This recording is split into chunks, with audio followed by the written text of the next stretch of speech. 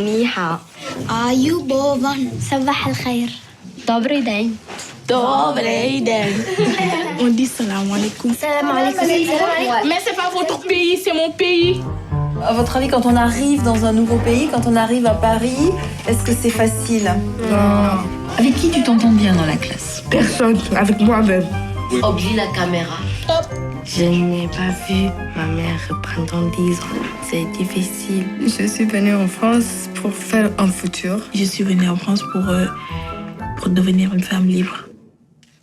Depuis longtemps, moi, les problèmes des étrangers, j'ai toujours une chose qui me tient très à cœur. Et j'ai été souvent, depuis longtemps, militante dans plein d'associations. Mais là, c'est un peu un hasard d'une rencontre, en étant d'ailleurs présidente d'un jury d'un festival de films scolaires, organisé par la ville de Paris d'ailleurs, où j'étais donc en tant que présidente de jury, j'ai dû voir plein de films, dont un film d'une classe d'accueil. Et je découvrais à cette occasion-là ce que c'est qu'une classe d'accueil.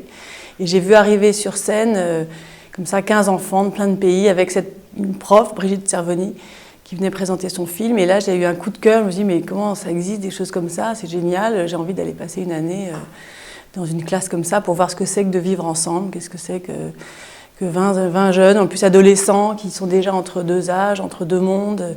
Qu'est-ce que c'est que de vivre ensemble quand on a des cultures, des peaux, des langues, des religions, des pays, des histoires différentes. Est-ce que c'est possible, cette utopie-là? Voilà.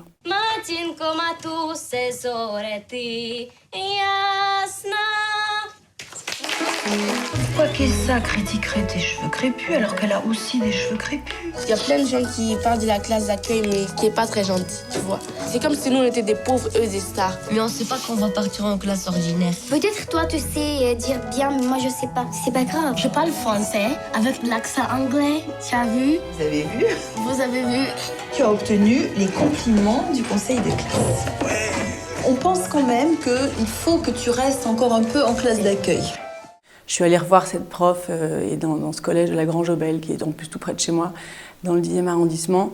Et donc je suis allée voir ces enfants pour faire un repérage. Et finalement, je me suis dit, c'est là que je vais tout de suite cette année filmer. Ils sont trop extraordinaires et cette prof aussi est formidable. Donc, mais j'ai eu l'intuition qu'il fallait que je reste non seulement longtemps, mais ça comme tous les documentaires que je fais, mais aussi dans cette seule classe, quoi, dans ce lieu unique, où c'était comme un peu un principe de départ. J'avais envie de filmer un groupe et pas seulement faire des portraits, pas aller chez eux, plutôt filmer ce qui soigne de tout ce qu'on va découvrir dans cette classe, aussi le fait que les parents viennent rencontrer la prof, que tout ça allait être suffisant pour esquisser le portrait de ces enfants, mais surtout de les voir vivre ensemble et de les écouter parler entre eux, écouter leurs trajets, leurs problèmes, leurs engueulades, leurs tensions, leurs moments de joie évidemment.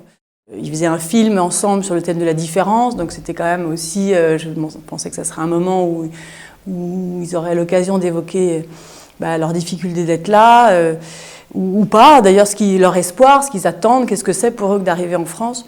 Donc tous ces principes-là de recherche faisaient que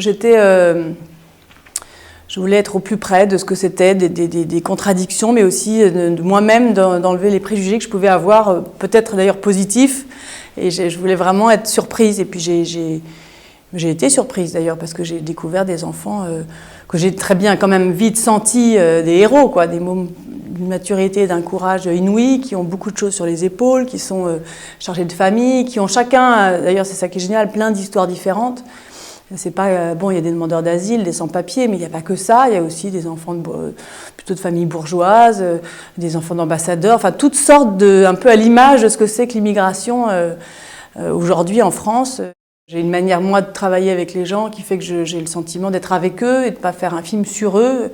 Alors évidemment, je me mets quand même un peu à distance, j'essaie de ne pas trop intervenir et je crois qu'ils ont bien vécu le fait de vivre ensemble, quoi. Voilà, c'était une année ensemble, mais où je ne pense pas que j'ai trop modifié, enfin j'espère, leur réaction. J'étais très très heureuse de travailler avec vous. Voilà. Chimie. Il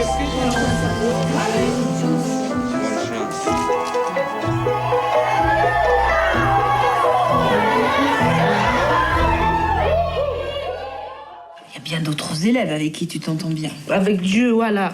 Dieu, il est pas dans la classe. faire le portrait d'un groupe comme ça d'enfants vivant à Paris, arrivant à Paris, c'est sûr que c'est un portrait de Paris. Cette variété d'origine, de culture, de couleurs et tout, oui, c'est Paris, c'est le monde. D'ailleurs, c'est la France, c'est le monde. Il n'y a pas d'étrangers dans le monde. Et pourquoi on les traite d'étrangers en France, j'ai toujours pas compris.